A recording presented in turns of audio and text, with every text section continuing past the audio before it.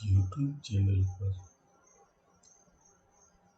मैं प्रदीप वाजपेयी आपका स्वागत, आपका अभिनंदन करता हूँ। निरपेक्ष एक शब्द मात्र है। इसके कई अर्थ हैं, अनेक अर्थ हैं और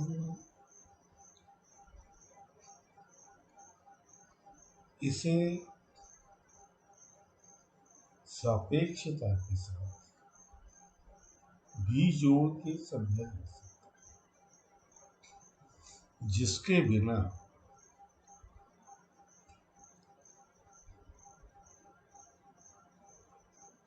कोई भी मैथमेटिकल कैलकुलेशन को नहीं किया जा सकता। आप जानते हैं कि सापेक्षता का सिद्धांत अल्बर्ट आइंस्टीन ने खोजा। अपने जमाने के महानतम वैज्ञानिक, उन्होंने सापेक्षता के सिद्धांत के ऊपर ही अपना आविष्कारों की भूमिका रखी। सापेक्षता का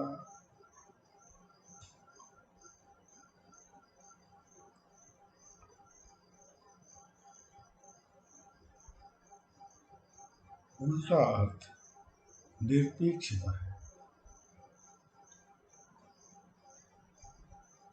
अल्बर्ट आइंस्टीन तो जो सिद्धांत थे, आज उसी सिद्धांत को चुनौती दी जा रही है, क्योंकि निरपेक्षता ही अनंत है, इसका कोई अंत नहीं। और सापेक्षता की तुलना हमेशा निरपेक्षता के साथ ही की जा सकती है। हम सभी जानते हैं कि ब्रह्मांड में हर पल, हर क्षण नया संतुलन स्थापित होता है। वही प्रक्रिया हमारे जीवन में, हमारे समाज में, हमारी हर गतिविधि, हमारे हर विचार में यही गतिविधि हर पल, हर क्षण परिवर्तनशील। जब हर चीज ब्रह्मांड में, कॉस्मोस में परिवर्तनशील है, तो सापेक्षता की तुलना किससे करें?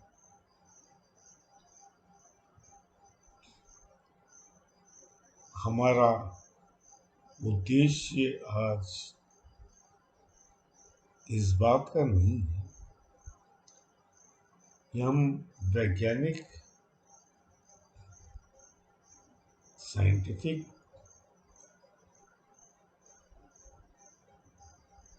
किसी विचार को आगे बढ़ाएं।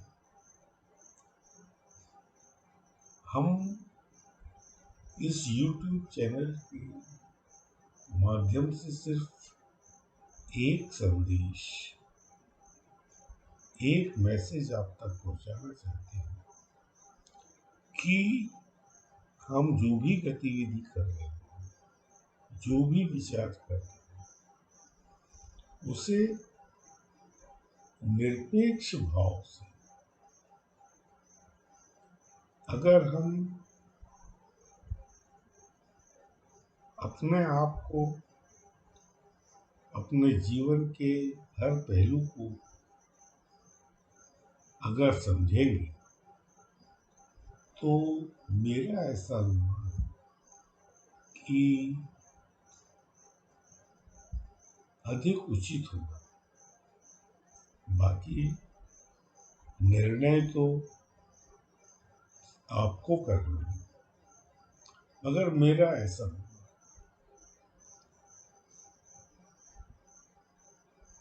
हमारी बुद्धि जो इन सब बातों को निर्धारित करती है कि सापेक्षता क्या है, निरपेक्षता क्या है, इसका एनालिसिस जो है हमारी बुद्धि करती है, हमारा मस्तिष्क करता है। हम क्या सोच रहे हैं, क्या नहीं सोच रहे हैं, क्या उचित है, क्या अनुचित है, ये देश काल समय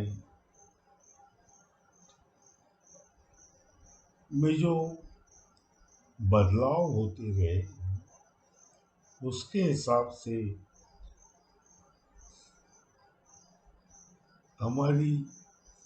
हमारा मस्तिष्क इस भाव को निर्धारित करता है।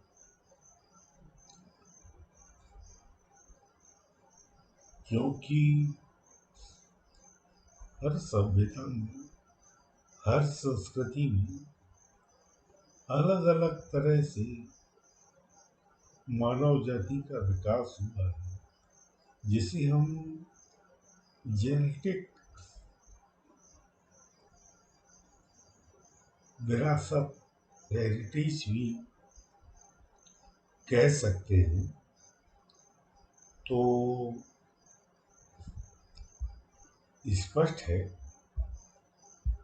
कि भारतीय संस्कृति का विकास अलग तरह से हुआ है, यूरोप में इसका विकास अलग तरह से हुआ है,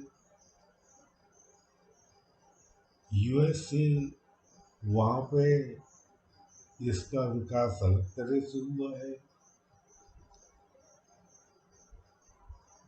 चीन, चाइना, वहाँ पे सभ्यता का विकास अलग तरह से हुआ है, और कई कई जगह पुरानी सभ्यताओं का विकास का प्रभाव पड़ा है, वहाँ पे ये विकास स्वयं नहीं हुआ। कहने का तात्पर्य ये है कि अलग अलग भूभागों में मानव जाति को अपने विकास के लिए जो अवसर मिले हैं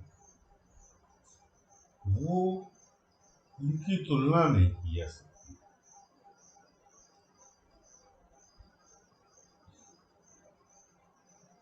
आप कल्पना नहीं कर सकते कि America, United states of America, जहाँ पर वहाँ के मूल निवासियों की बात अगर हम छोड़ दें, आज के यूनाइटेड स्टेट्स ऑफ अमेरिका के जेनेटिक प्रॉब्लम्स, उनका स्ट्रक्चर की तुलना भारतीय संस्कृति के साथ में नहीं की जा सकती। वहाँ अभी सिविलाइजेशन का विकास 600-700 100 years, 200 years, 300 years, आप अगर देखें तो अमेरिका इमिग्रेंट्स, वहाँ पे जनसंख्या यूरोप से और पूरे विश्व से वहाँ पर गई और उन्होंने मिलकर एक राष्ट्र की कल्पना की, जिसे हम अधिक से अधिक 1000 वर्ष भी ले लें तो उसकी तुलना भारत वर्ष से नहीं की जा सकती, जहां विचारों का उद्गम अर्थात लिखित, अगर साहित्य की बात करें, अर्थात वेद है, पुराण है, और उसके बाद जो भी उपनिषद है, जो भी दर्शन उनमें डेवलप किया गया, वो विश्व में कहीं नहीं किया। तो भारतीय जन समुदाय पर इसका प्रभाव, इसका जेनेटिक विकास अलग तरह से हुआ होगा, अमेरिका में अलग तरह से हुआ होगा, चाइना में अलग तरह से हुआ होगा, क्योंकि समय को, अतीत को वर्तमान के साथ में जोड़कर ही भविष्य की कल्पना की है। इसलिए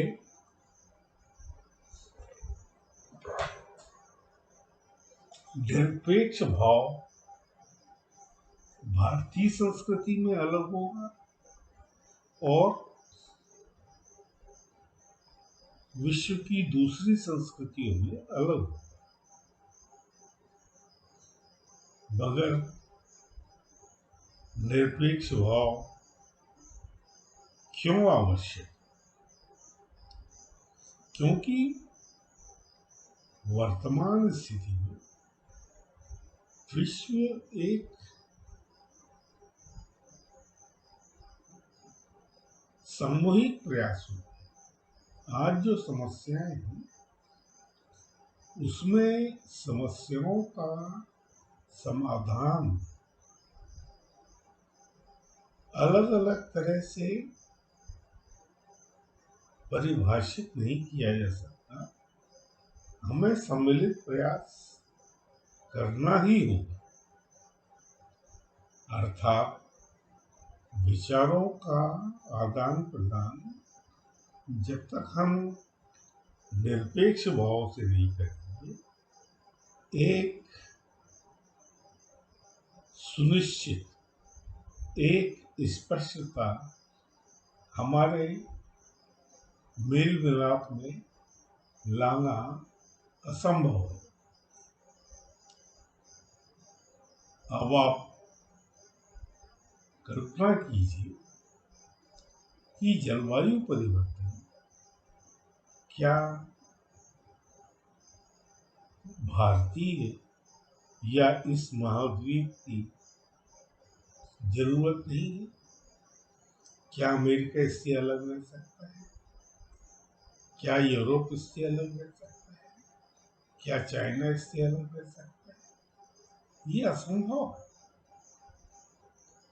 तो जलवायु परिवर्तन हो या ग्लोबल वार्मिंग हो, चाहे प्रदूषण हो, ये सब समस्याएं वैश्विक है। तो जब तक निरपेक्ष भाव नहीं होगा, अगर हर राष्ट्र अपने अपने हिसाब से इन्हें परिभाषित करेगा, इनकी आवश्यकताओं को प्रभावित करेगा, तो एक सर्वमान्य समाधान की कल्पना कैसे की जा सकती? इसलिए वैश्विक दृष्टिकोण को, वैश्विक समझ को, वैश्विक आवश्यकताओं को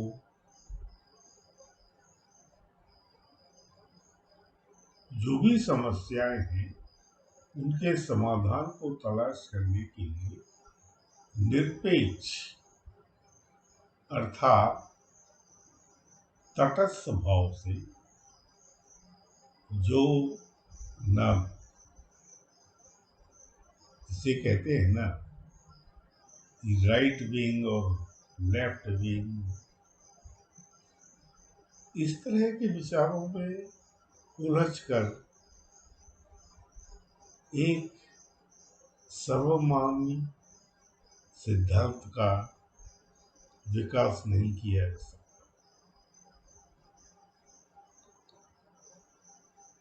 अब इसके साथ में जब हम एक वैश्विक निरपेक्ष भाव की बात करते हैं तो हम समुदाय की बात करते हैं, मगर समुदाय बनता किससे? व्यक्ति से। एक व्यक्ति अपने आप में एक बौद्धिक प्राणी है और हर प्रत्येक नागरिक अपने हिसाब से भाव व्यक्त अपने जीवन का उद्देश्य निर्धारित करता है।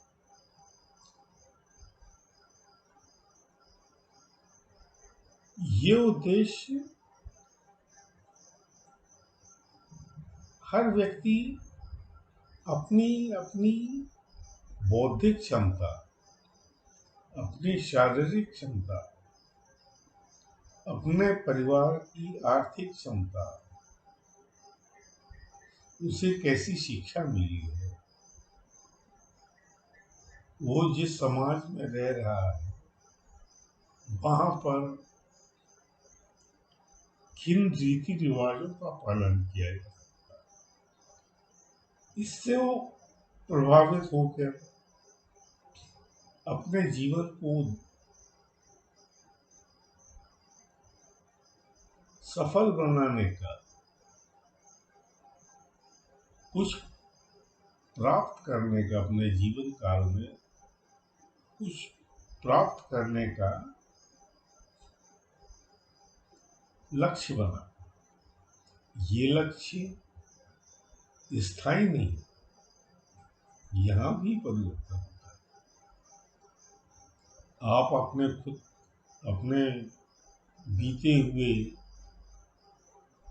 सालों की याद करें कि कल आप क्या सोच रहे थे और आज क्या आप सोच रहे हैं, इसमें भी परिवर्तन होता है। क्योंकि प्रतिक्षण जब यूनिवर्स में परिवर्तन होता है तो आपके शरीर में भी परिवर्तन हो रहा है, आपके विचारों में भी परिवर्तन हो रहा है। अर्थात जो निरपेक्षता का सिद्धांत है वो यहाँ भी लागू होता है, क्योंकि हर व्यक्ति कंफर्ट चाहता है, सुख चाहता है। हर व्यक्ति जिसे कहते हैं कि संतोष चाहता है। हर व्यक्ति ब्लिस, जिसे हम आनंद कहते हैं, उसकी तलाश में रहता है। अब इन सभी व्यक्तिगत लक्ष्यों को आप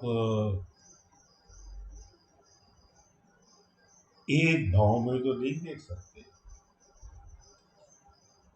हर व्यक्ति अगर अपने जीवन का उद्देश्य अलग अलग निर्धारित करेगा, अपने सुख के लिए, अपनी कंफर्ट के लिए, तो कोई आर्थिक सुख चाहेगा अर्थात भौतिकता का सुख चाहेगा, कोई शारीरिक सुख चाहता है, कोई समाज में प्रतिष्ठा का, स्टेटस का सुख चाहता है, कोई ओलंपिक में अपनी श्रेष्ठता निर्धारित करना चाहता है, कोई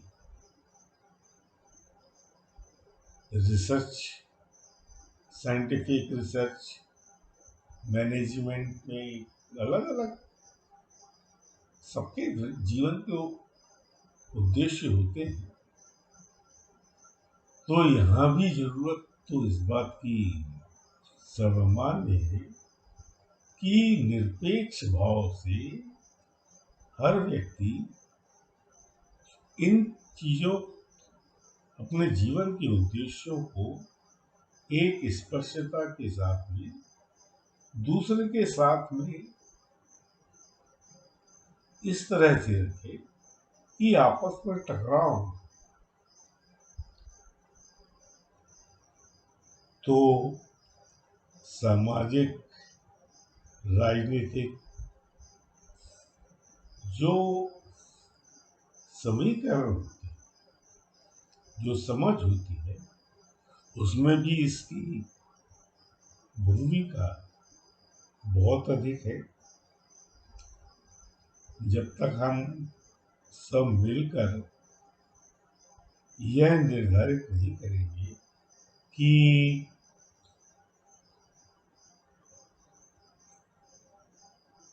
संपन्नता, एक व्यक्ति के पास में इतनी संपत्ति होनी चाहिए और एक व्यक्ति की जीवन की आवश्यकता के अनुसार अगर कोई निर्धन है, अर्थात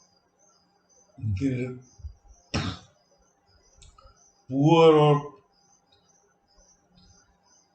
प्रॉस्परस, इनके बीच में अगर सापेक्षता ही रहेगी तो समाज में जो निर्धन है और जो धनवान है, इनके बीच में टकराव अनिवार्य हो जाएगा। तो कहीं ना कहीं निरपेक्ष भाव से हमें ये निर्धारित करना पड़ेगा कि निर्धनता की सीमा क्या होगी और संपन्नता की सीमा क्या होगी, अर्थात मध्यम वर्ग को हमें निर्धारित करना पड़ेगा। ये तथ्यों को, ये इन बातों को मैं आपसे इसलिए भी इसके बारे में जागृत करने का प्रयास कर रहा हूँ क्योंकि क्रांति का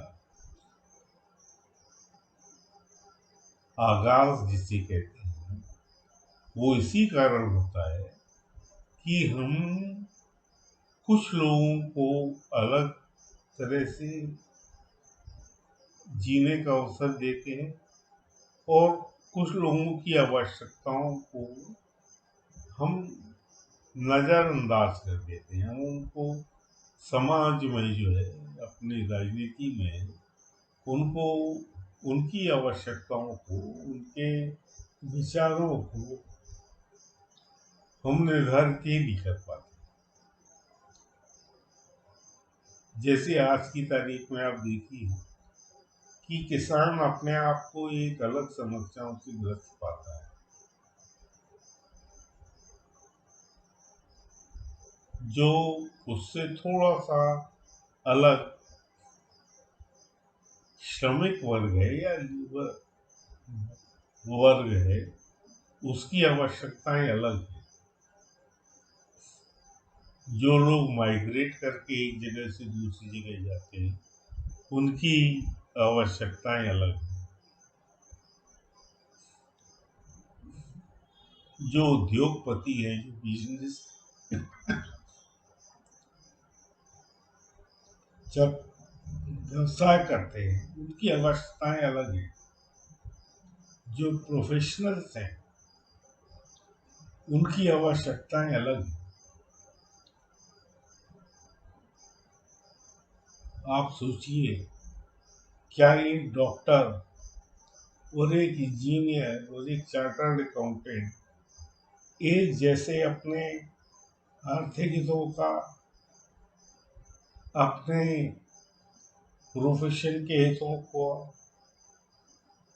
आपस में कभी चर्चा करते हैं? क्या निरपेक्ष भाव से उन्हें सर्विस सेक्टर तो कहा जाता है, मगर उस सर्विस सेक्टर में अपना योगदान, अपना अंशदान क्या वो किसी निरपेक्ष भाव से करते हैं?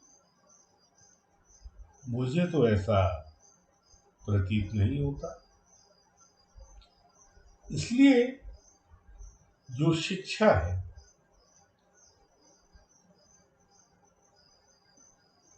उसे निरपेक्ष भाव से हर छात्र को देना सबसे बड़ी प्राथमिकता हमारी है, होनी चाहिए। चाहे वो तकनीकी शिक्षा हो या किसी भी शास्त्र की, उसमें भी निरपेक्षता होना अति आवश्यक है। इससे ही हमारा आने वाली पीढ़ी या भविष्य का निर्धारण होगा कि हम किस दिशा में आगे बढ़ रहे हैं और किस तरह से समाज में एक निरपेक्ष भाव से हर तरह की शिक्षा, जो जैसा भी गरीब हो चाहे अमीर हो, वो किस तरह से प्राप्त कर सकता है, समान शर्तों पर। ऐसा नहीं कि जो साधन संपन्न, जो जिनके पास में आर्थिक साधन है, उनको शिक्षा प्राप्त करने का अलग अधिकार हो, जिनके पास में ये नहीं है उनको अलग तरह से शिक्षा का अवसर मिले ही नहीं, और मिले तो उसकी गुणवत्ता, उसकी क्वालिटी वैसी नहीं हो जैसे जिसे संपन्न वर्ग के छात्र प्राप्त कर रहे हैं। क्योंकि इससे भी फिर टकराव की स्थिति हो जाती है। आज हम भारत में ये चीज देखते हैं कि इंग्लिश मीडियम स्कूल अलग तरह से अपने छात्रों को, और जो गवर्नमेंट के स्कूल हैं, जो सामाजिक संस्थाएं अपने स्कूल हैं, उनके छात्रों के पाठ्यक्रम एक हो सकते हैं, मगर उनको पढ़ाने वाले शिक्षक का स्तर तो बहुत अलग अलग है। सेंट स्टीफेंस दिल्ली के कॉलेज के शिक्षकों की तुलना आप किसी गवर्नमेंट कॉलेज के शिक्षक वर्ग से नहीं कर सकते। ये तथ्य है, ये सच्चाई है, इसे हमें स्वीकार करना चाहिए। ये भेदभाव जो है ये एक दिन में खत्म नहीं होगा। इसके लिए हमें सचेत होना आज आवश्यक है। अगर हम नहीं होंगे तो भविष्य में जो आने वाली पीढ़ी है वो पूर्वाग्रह से वो बायस हो जाएगी। इसीलिए हम देखते हैं कि बॉम्बे में रहने वाला नागरिक, बेंगलुरु में रहने वाला नागरिक, जो दिल्ली में रहता है या जो कलकत्ता में रहता है, इन सभी के दृष्टिकोण, आर्थिक विकास हो या दूसरे कोई भी विकास हो, उनका दृष्टिकोण अलग अलग बन जाता है। वो यूपी में रहने वाले लोगों को भैया कहते हैं। उनकी दृष्टि में ये लोग यूपी से, बिहार से लोग आते हैं, ये बौद्धिक स्तर पर उतने सक्षम नहीं है। इससे भी, जिसे हम कहते हैं कि एक संगठित राष्ट्र की कैसे कल्पना की जाए जब उसके नागरिकों का आपस में भाईचारे का, हार्मोनी का, इस भाव के साथ में सोचने का नजरिया जिसे कहते हैं या एटीट्यूड जिसे कहते हैं टूवर्ड्स लाइफ, वो अलग अलग हो तो निरपेक्ष इसका भविष्य कैसे निर्धारण होगा, ये सब जो है विचार विमर्श की जो जरूरत है, इसके लिए जागरूकता फैलाने का पहले साधन अलग थे, उतने प्रभावी नहीं थे। मगर आज सोशल मीडिया जिसे कहते हैं, क्योंकि हर आदमी के पास में आज मोबाइल है, कहीं कोई भी घटना होती है वो तुरंत फैल जाती है। कहाँ क्या हो रहा है, कहाँ पे आंदोलन हुआ, कहाँ पे हत्या हुई, हत्या अगर राजनीतिक है, अर्थात कहने का मतलब ये है कि योगी आदित्यनाथ क्या कर रहे हैं, उनका बुलडोजर कैसे चल रहा है, वो बुलडोजर की तबीयत तस्वीर टेलीविजन पर स्पष्टता के साथ में दिखाई जा रही है कि देखिए ये हो रहा है। कई आंदोलन होता है, जैसे अभी हमारी सेनाओं ने एक अग्निवीर की योजना प्रस्तुत करी, तो उसके विरोध में जो भी हुआ कि देखिए ये ट्रेन में कैसी आग लगाई, देखिए ये कौन उपद्रवी है, उपद्रवी कैसे पथराव कर रहे हैं, ये क्या हो रहा है, ये क्या हो रहा है, ये क्या हो रहा है। तो कहने का तात्पर्य ये है कि आज जागरूकता का आज स्तर बहुत अलग है और इसका फौरन इसके रिएक्शन चालू हो जाते हैं, वैचारिक स्तर पर, राजनीतिक स्तर पर, सामाजिक स्तर पर। क्या सही है क्या गलत है,